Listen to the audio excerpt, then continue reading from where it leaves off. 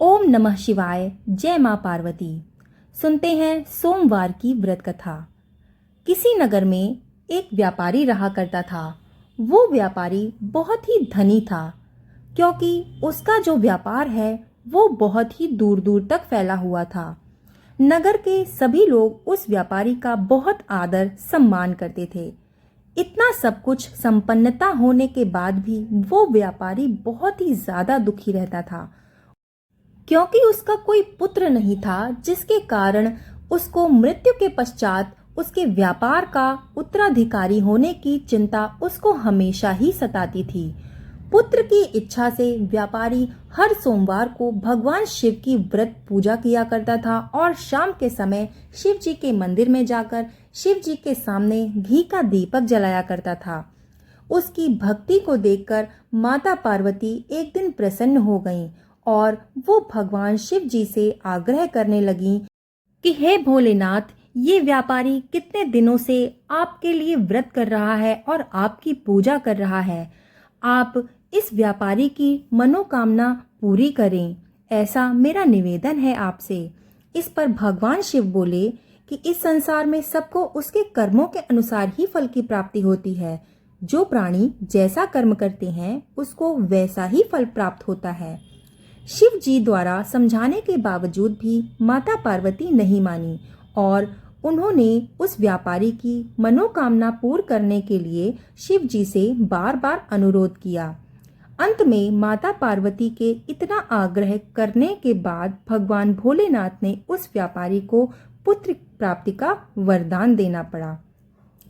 वरदान देने के पश्चात भोलेनाथ मां पार्वती से कहने लगे कि आपके आग्रह पर मैंने इन्हें पुत्र प्राप्ति का वरदान तो दे दिया, परंतु इसका पुत्र मात्र 16 वर्ष से अधिक तक जीवित नहीं रह सकेगा। इतना कहकर उसी रात भगवान शिव उस व्यापारी के स्वप्न में आए और उसे पुत्र प्राप्ति का वरदान दिया और कहा कि मैं तुम्हारे इस व्रत से प्रसन्न हूँ और तुम्हें वरदान देता हूँ कि तुम्हें एक सुंदर पुत्र की प्राप्ति होगी और उसके पुत्र की आयु 16 वर्ष तक ही रहेगी। ये बात भी उन्होंने बताई। भगवान के वरदान से व्यापारी को बहुत ही ज्यादा खुशी हुई, लेकिन पुत्र की अल्प आयु की चिंता ने उसकी सारी खुशी को नष्ट कर दिया। व्यापारी पहले की तरह ही सोमवार का व्रत और भगवान शिव जी का पूजन विधि विधान पूर्वक करता रहा। कुछ महीने के बाद उसके घर पर अत्यंत सुंदर बालक ने जन्म लिया और घर में खुशियां ही खुशियां भर गईं। बहुत धूमधाम से पुत्र जन्म का समारोह मनाया गया, परंतु व्यापारी को पुत्र जन्म की अधिक खुशी नहीं हो रही थी, क्योंकि उसके पुत्र की अल्प आयु का रहस्य उसे पता था, जो उसने अपनी पत्नी से नहीं बताया था। जब उसका पुत्र 12 वर्ष का हुआ तो व्यापारी ने उसको उसके मामा के साथ पढ़ने के लिए वाराणसी भेज दिया। लड़का अपने मामा के साथ शिक्षा प्राप्त करने के लिए चल दिया। रास्ते में जहाँ भी मामा भांजे विश्राम के लिए रुकते, वहीं पर वो यज्ञ करते और ब्राह्मणों को भोजन भी कराते। लंबी यात्रा के बाद मामा भांजे एक नगर में पहुंचे। उस दिन नगर के राजा की कन्या का विवाह था, जिस कारण पूरे नगर को सजाया गया था। बारात भी निश्चित समय पर आ गई, लेकिन वर का पिता अपने बेटे के एक आंख से काने होने के कारण बहुत ही चिंतित था। उसे भय था कि इस बात का पता चलने पर कहीं राजा विवाह से इनकार न कर दे, इससे उसकी बहुत ही बदनामी होगी। जब वर के पिता ने व्यापारी के पुत्र को देखा तो उसके मस्तिष्क में एक विचार आया। उसने सोचा कि क्यों ना इसको दूल्हे की जगह पर बिठालकर राजकुमारी से इसका विवाह करा दिया जाए और विवाह के बाद इसको बहुत सारा धन देकर विदा कर दूंगा और राजकुमारी को अपनी नगर ले आऊंगा। वर के पिता ने लड़के के मामा से इस विचार में बात की। मामा ने भी धन के लालच में वर के पिता की बात को स्वीकार कर लिया और लड़के को दूल्हे का वस्त्र पहनाकर राजकुमारी से उसका विवाह कर दिया गया। विवाह के पश्चात राजा ने अपनी राजकुमारी को विदा कर दिया और वर के पिता ने मामा भांजे को भी बहुत सारा धन देकर वहां से जाने के लिए कहा। शादी के बाद जब लड़का राजकुमारी के साथ लौट रहा था तो वो सच को छिपा नहीं सका और उसने राजकुमारी के ओढ़नी पर लिख दिया कि राजकुमारी, तुम्हारा विवाह मेरे साथ हुआ है। मैं तो वाराणसी पढ़ने के लिए जा रहा हूँ और अब तुम्हें जिस नवयुवक की पत्नी बनना पड़ेगा वो एक आंख से काना है।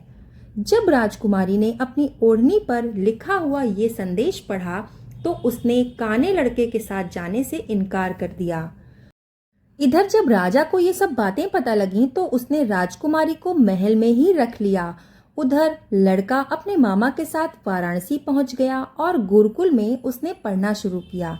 जब उसकी आयु 16 वर्ष की हुई तो उसने यज्ञ किया और यज्ञ की समाप्ति पर ब्राह्मणों को भोजन कराया और खूब सारा अन्न और वस्त्र आदि दान किए। रात को वो अपने शयन कक्ष में सो गया। शिव जी के वरदान के अनुसार शयनावस्था में ही उसके प्राण चले गए। सूर्योदय पर मामा ने जब अपने मृत भांजे को देखा तो वो रोने पीटने लगे और उनके रोने पीटने की आवाज से आसपास के लोग भी एकत्र होकर दुख प्रकट करने लगे। लड़के के मामा के रोने और विलाप करने के स्वर समीप से गुजरते हुए भगवान शिव और माता पार्वती जी ने भी सुने। माता पार्वती ने भगवान जी से कहा कि हे प्राणनाथ, मुझे इसके रोने के स्वर सहन नहीं हो रहे हैं। कृपया आप इस व्यक्ति के कष्टों को दूर करें।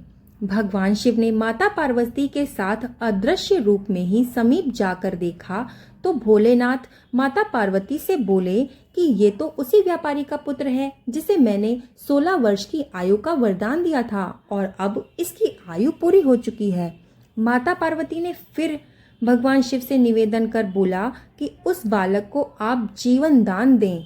माता पार्वती के आग्रह पर भगवान शिव ने उस लड़के को जीवित होने का वरदान दिया और कुछ ही पल में वो जीवित होकर उठ गया। ये देखकर उसके मामा बहुत प्रसन्न हुए। उसके बाद शिक्षा समाप्त करके लड़का मामा के साथ अपने नगर की ओर चल दिया। दोनों चलते हुए उसी नगर में पहुंचे जहां उसका विवाह हुआ था। उस नगर में भी एक यज्ञ का आयोजन उन्होंने किया। समीप से गुजरते हुए नगर के राजा ने यज्ञ का आयोजन होते देखा तो वहां उन्होंने उस लड़के को तुरंत ही पहचान लिया और उसके मामा को भी पहचान लिया। यज्ञ के समाप्त होने पर राजा मामा और लड़के को लेकर महल में गया और कुछ दिन उन्होंने उसे महल में रखकर उसको बहुत सारा धन और वस्त्र देकर राजकुमारी के साथ विदा कर दिया। इधर भूखे प्यासे रहकर व्यापारी और उसकी पत्नी अपने बेटे की प्रतीक्षा कर रहे थे। उन्होंने प्रतिज्ञा करके रखी थी कि यदि उन्हें अपने बेटे की मृत्यु का समाचार मिला तो वो दोनों अपने प्राण त्याग देंगे। लेकिन जैसे ही उसने अपने बेटे के जीवित वापस लौटने का समाचार सुना तो वो खुशी के मारे पागल हो गया। वो अपनी पत्नी और मित्रों के साथ नगर के द्वार पर पहुंचा। अपने बेटे के विवाह का समाचार सुनकर और पुत्र वधू राजकुमारी को देखकर उसकी खुशी का तो ठिकाना ही न रहा। उसी रात में व्यापारी के स्वप्न में भगवान शिव ने आकर कहा कि हे श्रेष्ठी, मैंने तेरे सोमवार के व्रत करने और व्रत कथा सुनने से प्रसन्न होकर तेरे पुत्र को लंबी आयु का वरदान दिया है। पुत्र की लंबी आयु की ये जानकारी पाकर वो बहुत प्रसन्न हुआ। भगवान शिव के भक्त होने तथा सोमवार का व्रत करने से व्यापारी की सभी मनोकामनाएं पूर्ण हुई। इसी प्रकार जो भी भक्त विधिवत रूप से भगवान शिव के लिए सोमवार को व्रत करते हैं और व्रत कथा सुनते हैं, भगवान शिव उनकी सभी मनोकामनाओं को पूरा करें और उनका जीवन खुशियों से भर दें। कथा समाप्त। आइए अब सुनते हैं भगवान शिव जी की आरती। ओम जय शिव ओमकारा, स्वामी जय शिव ओमकारा, ब्रह्मा विष्णु सदा शिव अर्धांगी धारा। ओम जय शिव ओमकारा, एकानन चतुरानन पंचानन राजे, हंसानन गरुणासन वृषवाहन साजे। ओम जय शिव ओमकारा, दो भुज चार चतुर्भुज दस भुज अति सोहे, त्रिगुण रूप निरखते त्रिभुवन जन मोहे। ओम जय शिव ओमकारा, अक्षमाला वनमाला मुंडमाला धारी, त्रिपुरारी कंसारी करमालाधारी। ओम जय शिव ओमकारा। श्वेतांबर पीतांबर वाघांबर अंगे। सनकादिक गरुणादिक भूतादिक संगे। ओम जय शिव ओमकारा। करके मध्य कमंडलु चक्र त्रिशूलधारी। सुखकारी दुखहारी जग पालनकारी। ओम जय शिव ओमकारा। ब्रह्मा विष्णु सदा शिव जानत अविवेका। प्रणवाक्षर मध्ये ये तीनों एका। ओम जय शिव ओमकारा।